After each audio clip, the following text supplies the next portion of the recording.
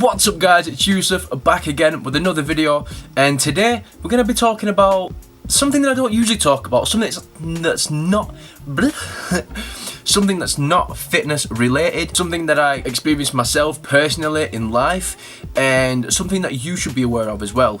What is it? Well, it's failure. And you're probably thinking, how is failure good for me? How do I benefit from this? So I'm gonna use this shit.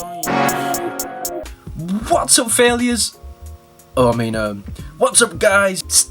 You're not failures. I'm only joking. So today we're going to talk about something not related to fitness, something not related with fighting. I'm just going to talk about something called defeat, loss, failure. I don't even know any of synonyms. Rejection. And I know what you're thinking. How on earth can defeat, loss, rejection be a good thing? So after all this, them cheesy lines like what doesn't kill you makes you stronger is actually beneficial, so it does actually have a meaning, and it's not just something that gets us through the last set or the last rep, or the cheesy Rocky speeches that you heard on the film while I'm there with my boxing gloves or I'm shadow boxing, getting goosebumps. You changed. You stopped being you. You let people stick a finger in your face and tell you you're no good. And when things got hard, you started looking for something to blame, like a big shadow. Let me tell you something you already know. The world ain't all sunshine and rainbows. It's a very mean and nasty place, and I don't care how tough you are, it will beat you to your knees and keep you there permanently if you let it. You, me, or nobody is gonna hit as hard as life. But it ain't about how hard you hit. It's about how hard you can get hit and keep moving forward. How much you can take and keep moving forward. That's how winning is done. And I'm ready to fight anyone, including that chicken that he's trying to catch. Prime example, one of the celebrities, Jim Carrey. Seed and people who don't is the fact that they understand the difference between success and failing. What is the core of failure and how to use it as kind of like motivation. The truth is, failing is natural. Everyone goes through the process, whether you're a successful person or not so successful person. The difference being is that a successful person knows the difference, knows what failing is about, knows the process, knows that it's natural, it's the process of success. So if you look through all the great men and women throughout history, you'll notice that one similarity they all have in common is failure. So, first one, which I would can't get my words out. First one, which caught to my surprise, was Jim Carrey. Jim Carrey, on his first comic stand-up at a club called Yuck Yucks in Toronto, he was booed off stage. Later, when he auditioned for Saturday Night Live for the 1980s to the 81st season, he failed to land the part. However, we all know about Jim Carrey's later success. In an interview with Oprah Winfrey, how he used the law of attraction to his benefit. So he got a check, and he wrote on the check $10 million. And he later on had that check in his wallet for 7 years straight, until he made Dumb and Dumber, and guess what? He made $10 million off it. His dream became a reality. Next one is Stephen King is famous for many critically acclaimed novels, which have been made into movies. However, Stephen King's first novel was rejected 30 times before it was published. Not only that, but King actually threw the manuscript into the garbage, only later being retrieved by his missus because she truly believed in his skills and thought he was the best and he could bring it up. And I don't mean that way. I don't think he was having problems in the bedroom, but somewhere in there. If you want to be dirty about it, whatever. Next one on the line is Walt Disney. Now, we all know who Walt Disney is. Duh. The man who has affected generations to come with his cartoon creations was once considered a failure. Disney was fired by the editor in 1919 from his job at the Kansas City Star paper because he lacked imagination. What? And had no good ideas. This one, I knew a little bit about this, but not as much to this extent. Well, once I did my research about Michael Jordan. Michael Jordan once said, "I've missed more than 9,000 shots in my career.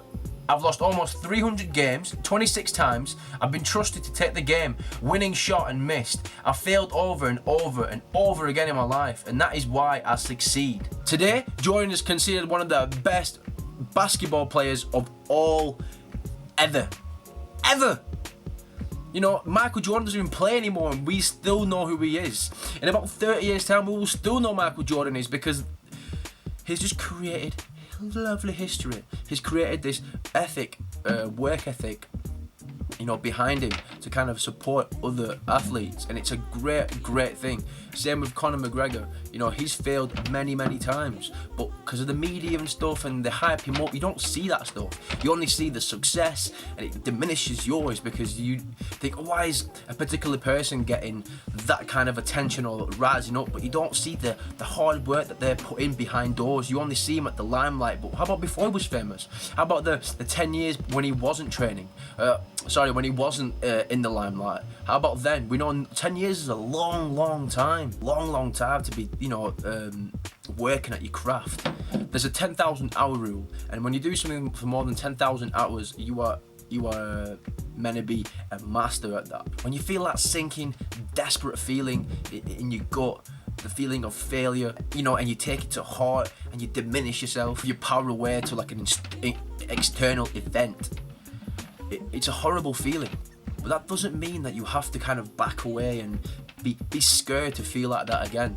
You know, there's a difference between learning from your mistakes and failing and being stupid with it. See, success is about learning why you failed, recognizing the trigger points of why, constantly questioning yourself, and then asking, you know, how can I compensate for it?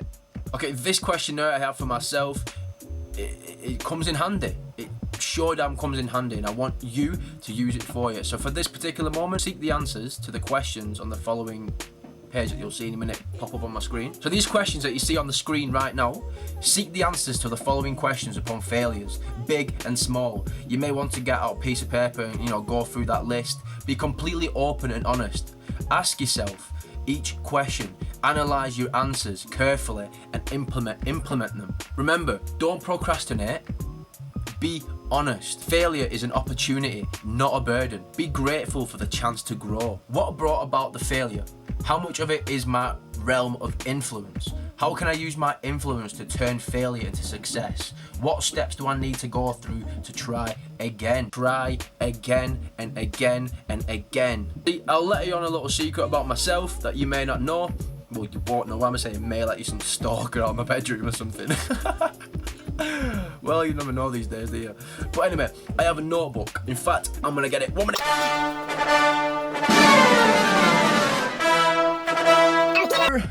Okay, booyah! Okay, this notebook I have, and is it halfway through? Just about, nearly. It's halfway through. Okay, but the principle of this handbook that I have is I write down the things I need to do. I write down what specific things. So I'm gonna read it out right now. So let's read out yesterday, for example. Okay, so yesterday was the 3rd of November, and the first thing is 5 a.m. get up. So I get up every day at 5 a.m. I'm gonna make a separate video about that and tell you why I'm doing this, but for this particular moment, and the next one is mobility, the next one is reading, the next one is apply for jobs because I'm in Canada right now. I'm trying to look for a job. Video planning. I'm learning Russian at the moment, so I've got Russian learning for 30 minutes, audio or actual writing. Handstand practice. I put 15 to 20 minutes a day.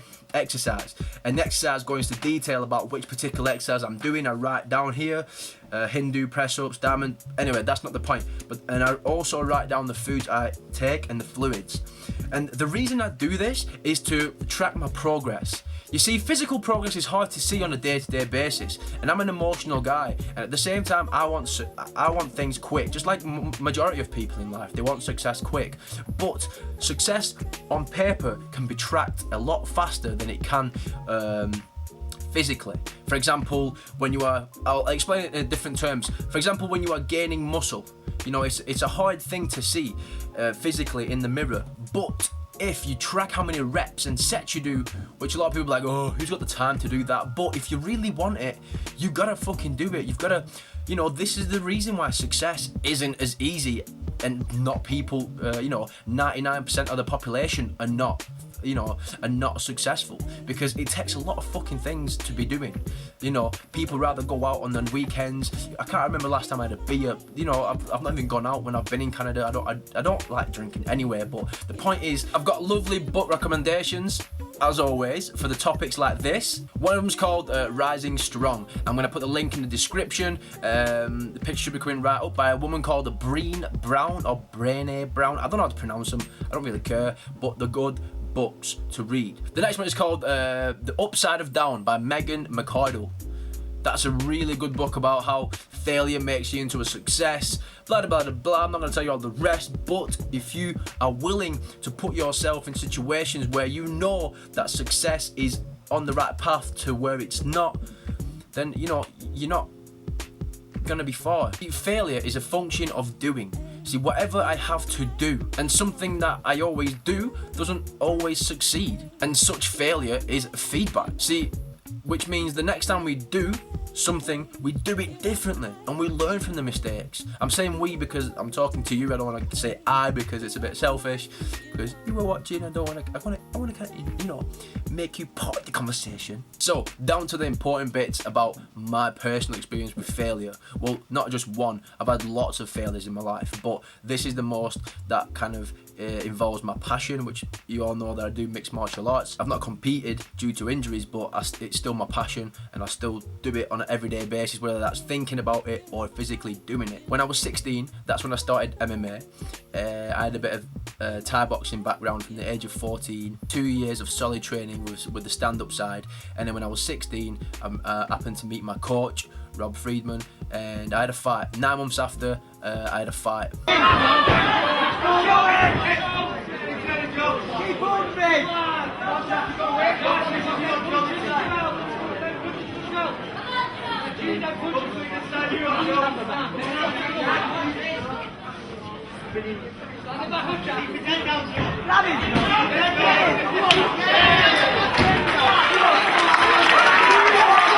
I was quite proud that I won with an armbar, with a submission, sorry, because, I've been doing it 9 months, and I wasn't kind of taking it serious. I kind of wanted to impress all my boys, or the man them, whatever you want to call it, that I did cage fighting, because it was unheard of back then in 2011 or 12.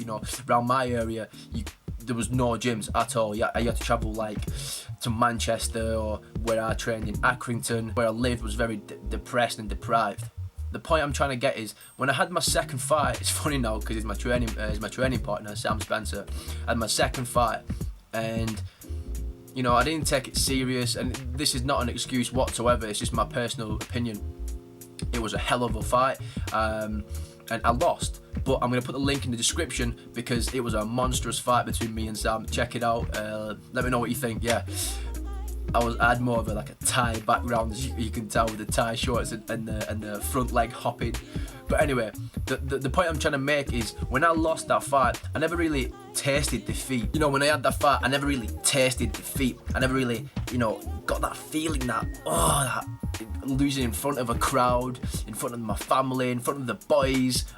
It was an unfamiliar feeling, because I haven't lost competitively before. In the gym it doesn't matter, but when you're in a crowd and you've got your home family coming, and you've got your friends coming, and you got that, that competitiveness that I have, I don't want to lose. You don't want to lose. It's not something that you go in to do, but when it happens, you kind of, brush it off. But at that time, I was new. It was the first time. It kind of hit me like a ton of bricks.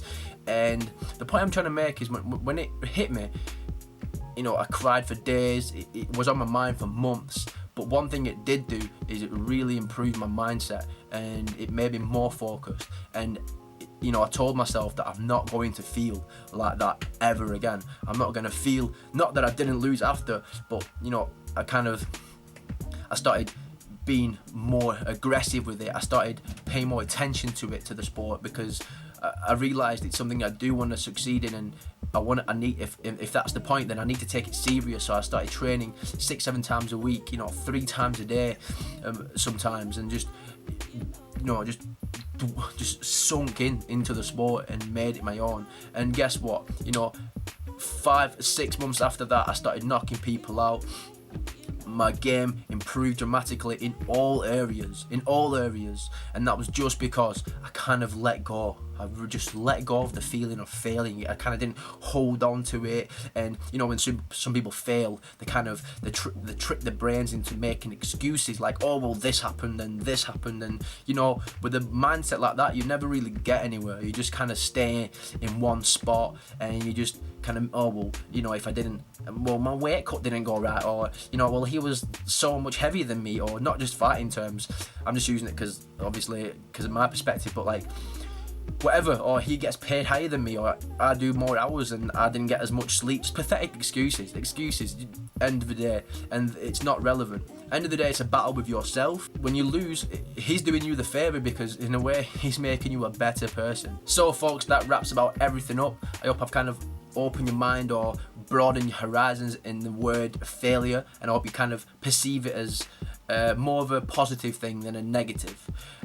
So guys, that is it. Be sure to like, comment on below, make sure you comment below, and you know, tell me the greatest failure that you've had that's kind of changed you for the better.